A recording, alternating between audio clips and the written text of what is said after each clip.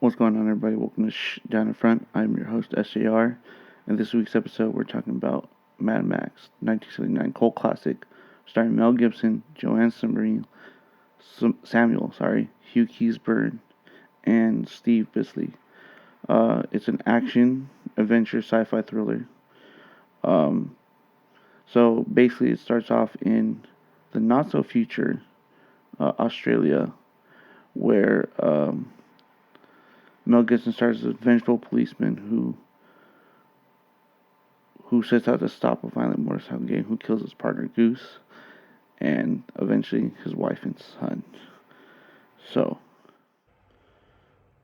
let's get down to it. So it actually was a very low budget movie. So they did not have that much money. A lot of it, I was reading on it, had uh, very low budget. A lot of the extras were paid in beer, believe it or not. But it was really, so it wasn't the great cinematic quality, but for a very low budget, it made a very powerful impact. It starts with the opening car scene when this guy Knight Rider kills a police officer and takes a police car and goes after him, and uh, all these MF police people are going after him. They can't forget him, and so then you just see all these people trying to chase him, crashing, going after him, and then you just see Mad Max in different parts of the scene, just cutting back to him, just getting ready, putting his gloves on, getting his jacket on, all nice and chill. And then they call him saying, "We're all out. We can get him." So that's when Mel Gibson is goes after them. And he's intercept car because the rest were just chasers, pretty much. They go after.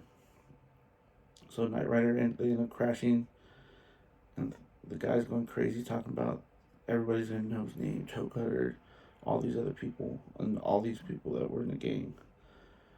Um, but then when the scene ends, it has like a bird coming out, like a crow, black crow coming to the screen, like when Knight Rider dies. I don't know, kind of gave me the vibes of like Alfred Hitchcock, with crows and all that stuff. So I don't know what it's meant, but so that had me thinking throughout the movie. Goose, one of the guys, goes after this biker, or is going after the biker, but ends up crashing. And then when one of the biker gangs, because to start off, the biker gangs comes to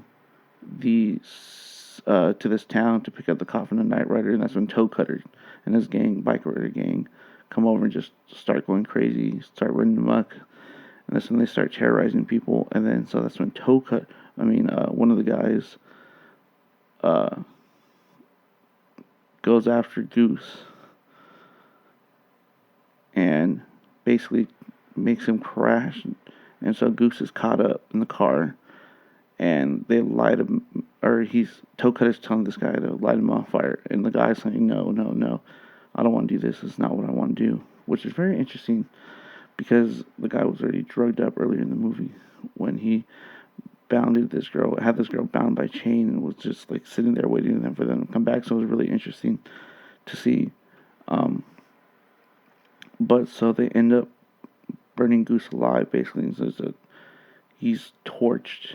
And then so it cuts to Max seeing him at the hospital. He's burned. He's like, that's not him. So he's scared. So he tells his boss Fifi that he's gonna quit, but he ends up doesn't. He convinces him to take a 3-week break. And on the 3-week break, when he comes back, he says, "If you still feel the same, make your decision." So he goes on this vacation with his wife and kid, and throughout the throughout their vacation, they're just driving around, and one time they stop at this tire shop to fix a tire. But then the wife and the kid want to go get ice cream, so they go get ice cream.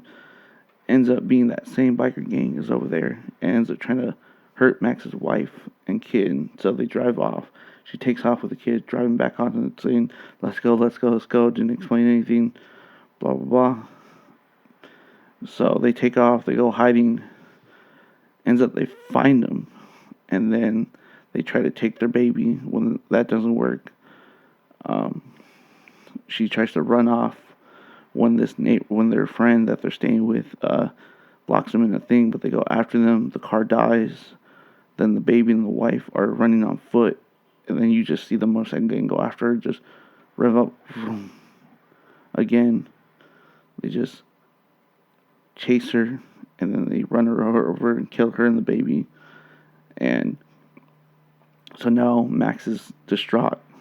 He doesn't know what to do. He's crazy, so he's back at home.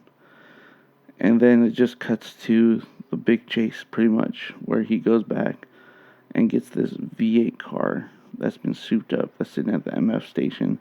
And he just goes on a manhunt to go after them. He does all this stuff to go after all these bikers and runs them off the road, whatever he needs to do. And that's it. That's all he does. And then he goes over. It's one part he's driving up to the scene where there's a bike laying on the floor, like he crash landed or whatever, but it's a trap. He gets shot and ran over. And then one of the guys is trying to go after him again, but he shoots him. So I mean, it was a great scene for the fact that he's on a manhunt and he's going for a shot. But I did like it. I did like the basis of it, even though it was a low budget movie. You know, Mel Gibson did really good acting. A lot of the gang members did really good acting. It was only an hour and a half movie, so I really liked it. Probably would definitely recommend it because there is, obviously it worked because they did Mad Max 2, Mad Max 3, and then they recently did a Mad Max Fury with Tom Hardy. So it was really good. But just and then the way Toe Cutter dies at the end when he's chasing him, he just runs into he veers off the road and gets runs straight into a semi truck. So it's just with his eyes popping out, like really fake, but pretty funny. So the way he dies is very. I mean, they had a little budget, so you can't really complain, really. And then, so then he ends up finding the guy that killed Goose, that lit him on fire. Catches him trying to steal some boots off a guy from a truck that he killed or whatever, and he actually ties it or handcuffs him from the ankle to the truck and then sets something up so when the gas is leaking, he has a certain amount of time to either cut off his ankle and survive, or just he dies basically because of the car catching on fire and blowing up. And then so he gives him a hacksaw and says, "You have a choice," and he hobbles away because he's injured. And so he doesn't make it in time. So the end scene is just him driving off with a car blowing up. And that's pretty much the whole movie. It's a manhunt movie, which is really good. I really enjoyed it. I would really recommend it to everybody. I mean, you can't, for the low budget they had, you can't complain about anything they had. You can see some of the scenes they sped up, but it kept me intrigued the whole time. So I'm looking forward to probably do a review for the second and third one, probably Fury with Tom Hardy. So if you guys want something like that, just let me know. So I'm going to try to be doing these kind of episodes where they're just like 10 to 15 minute reviews. But we'll see. I'm SJR. You can find me at Shhh down in front and Instagram. We are also on Spotify, Google Podcasts, Breaker Podcasts, a couple other spots too. Will be all linked down in the description. Appreciate everybody. Thank you for listening. We're going to keep doing this. I don't know if I'm going to do another long movie commentary. That I might do that with somebody else. We will see, because I really did like that, but I think that'd be better when I had somebody else watching the movie with me than just me trying to figure out what to say in between for an hour. And I don't think people are going to really listen for an hour and a half. I kind of like these short 10-minute ones on 10-minute reviews. I might be doing some movie trailer reviews of movies coming up. So we'll see. This is my second episode, so we're just going to see how stuff goes. But I appreciate everybody for staying and listening. Till the next time, shh, down in front.